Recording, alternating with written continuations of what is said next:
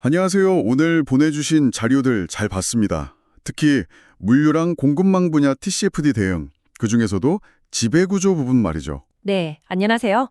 그 지배구조가 사실 TCFD의 시작이자 핵심이라고 할 수 있죠. 근데 자료 보다가 좀 눈에 띄는 거 있었어요. 2025년 EY 조사였죠. 아, 네, 그 통계요. TCFD 공식 기업의 95%. 와, 95%가 바로 이 지배구조에서 점수가 제일 낮다. 이게 뭘 의미하는 걸까요? 그만큼 많은 기업에서 아직 기후변화 대응에 대한 책임이나 구체적인 실행 계획이 좀 명확하지 않다는 뜻으로 볼 수 있겠죠. 그렇군요. 책임 소재가 불분명하다. 이게 오늘 저희가 좀 깊게 파고들 문제인 것 같습니다. 왜 그럴까? 그리고 그럼 어떻게 해야 할까? 맞습니다. TCFD 프레임워크에서도 이 지배구조를 가장 먼저, 제일 중요하게 다루는 데는 다 이유가 있는 거거든요. 이게 제대로 안 서 있으면 뭐랄까 아무리 좋은 전력도 그냥 구호에 그치기 쉬우니까요. 그렇죠. 실행이 안 되면 의미가 없으니까. 네. 그래서 오늘 자료들을 바탕으로 특히 물류 기업들이 어떻게 하면 좀 효과적인 TCFD 대응 체계를 갖출 수 있을지 그 지배구조의 실질적인 방법들을 한번 짚어보려고 합니다. 좋습니다. 그럼 그 95%라는 숫자가 참 충격적인데 어디서부터 실마리를 찾아야 할까요? 가장 먼저 좀 들여다봐야 할 부분이 있다면요? 역시 시작은 맨 위, 그러니까 최고 의사결정 기구인 이사회하고 경영진의 역할과 책임부터 명확히 하는 겁니다. 아, 역시 위에서부터군요. 네, 세계경제포럼 WEF 가이드라인에서도 이 부분을 명확하게 강조하고 있어요. 역할 분담 확실히 하고 또 꾸준히 모니터링하고 의사결정 과정을 투명하게 하라. 이 세 가지가 핵심입니다. 역할 분담, 모니터링, 투명성. 네. 구체적으로 보면 이사회는요, 기후 관련 전략이나 탄소 중립 로드맵 같은 큰 방향을 최종적으로 승인하고 이게 잘 실행되는지 감독하는 역할을 해야 합니다. 감독이요? 네. 그래서 최소 분기에 한 번, 그러니까 1년에 4번 이상은 관련 보고를 받으면서 진행 상황을 계속 체크해야 하고요.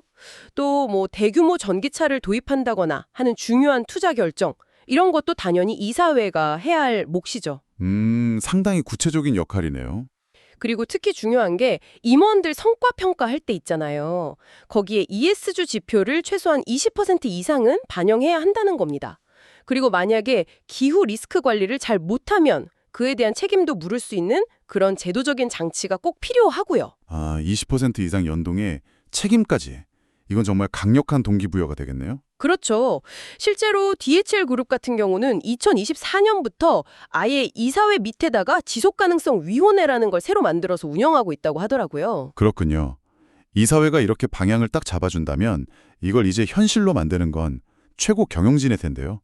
그럼 CEO의 역할은 어떻게 좀 구체화될 수 있을까요? 맞습니다. CEO는 우리 회사가 기후변화 대응을 정말 중요하게 생각하고 있다는 명확한 메시지를 조직 전체에 계속해서 던져줘야 합니다.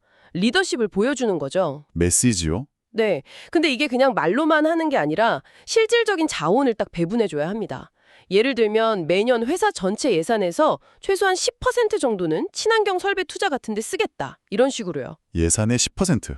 적지 않네요. 네. 그리고 외부 이해관계자들하고 소통하는 것도 CEO의 중요한 역할이고요. 또 부서별로 감축 목표 같은 걸 정했을 때 이게 잘 되고 있는지 직접 챙기는 그런 모습이 필요합니다. CEO의 역할도 정말 막중하군요. 그리고 다른 최고 책임자들, 그러니까 CXO들도 각자 역할 분담이 확실해야 합니다. 각자 전문 분야에서 기후 대응을 이끌어야 하는데요. 예를 들면요? 가령 최고 재무 책임자 CFO는 기후 변화가 회사 재무 상태에 어떤 영향을 미칠지 분석하고 뭐 탄소 비용 같은 걸 관리해야겠죠. 네, 돈 문제니까 중요하죠. 그리고 최고 운영 책임자 COO는 실제 운영단이니까 운송 경로를 최적화한다든지 친환경 차량을 도입한다든지 더 나아가서 협력 업체들의 ESG 관리까지 챙겨야 하고요. 아, 협력사 관리까지요? 네. 그리고 최고 기술 책임자 CTO는 이제 기술 쪽이니까 탄소 배출량을 정확하게 측정하는 시스템을 구축하거나 뭐 AI 같은 최신 기술을 활용해서 최적화 솔루션을 개발하는 역할을 맡을 수 있겠죠. 이사회, CEO, CXO까지 확실히 위에서부터 아주 강력한 의지를 보여주는 게 중요하군요. 알겠습니다. 그럼 이제 조금 더 아래로 내려와서 실무 레벨에서는 어떤 시스템이 필요할까요? 현장에서는요? 그러니까 기업 규모에 맞게 ESG 전담 조직을 갖추는 게 가장 현실적인 출발점일 것 같아요.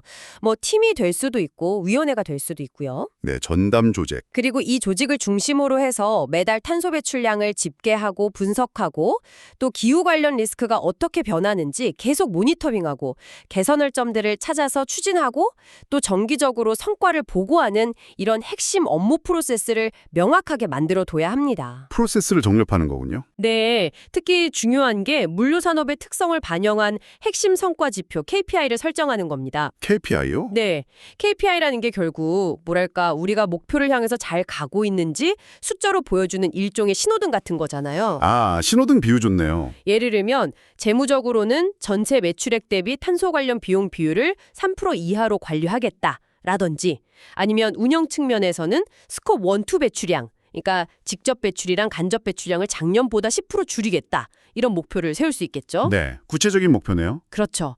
또 뭐 연료 효율성을 몇 % 개선하겠다. 아니면 전체 차량 중에서 전기차 비율을 25%까지 늘리겠다. 이런 식으로 아주 구체적인 수치 목표와 함께 이걸 누가 책임지고 할 건지 책임자까지 명확히 정해둬야 합니다. 목표랑 책임자까지 명확하게. 알겠습니다. 내부 시스템이랑 KPI 설정까지 잘 갖췄다고 해도 사실 물류라는 게 혼자서 다 할 수는 없는 사업이잖아요. 그렇죠. 협력사들과의 관계, 그러니까 공급망 전체 관리는 좀 어떻게 접근해야 할까요? 그 부분 정말 중요합니다. 요즘은 공급망 전체의 ESG 관리가 뭐랄까 거의 필수가 되고 있어요. 필수요? 네. 그래서 협력사를 선정하거나 평가할 때도 ESG 기준을 도입해야 합니다. 예를 들어서 100점 만점에 최소 70점 이상은 되어야 한다. 이런 기준을 설정하고요. 만약에 기준에 미달하는 협력사가 있다면 개선 계획을 내라고 요구하는 거죠. 기준 미달 시 개선 요구. 네. 근데 이게 단순히 채찍만 드는 게 아니라 당근도 같이 줘야 효과적입니다. ESG 관련 교육 기회를 제공한다거나 아니면 친환경 설비를 도입하는 데 필요한 자금을 좀 지원해 준다거나 하는 육성책도 같이 쓰는 거죠. 아, 지원책도 필요하군요. 그렇죠. 그리고 고객사하고도 중요해요. 고객사랑 같이 공동의 감축 목표를 세우고 그 성과를 서로 투명하게 공유하는 그런 파트너십을 구축하는 것도 아주 중요합니다. 고객사와의 파트너십. 네. 실제로 CJ 대한통운 사례를 보면요.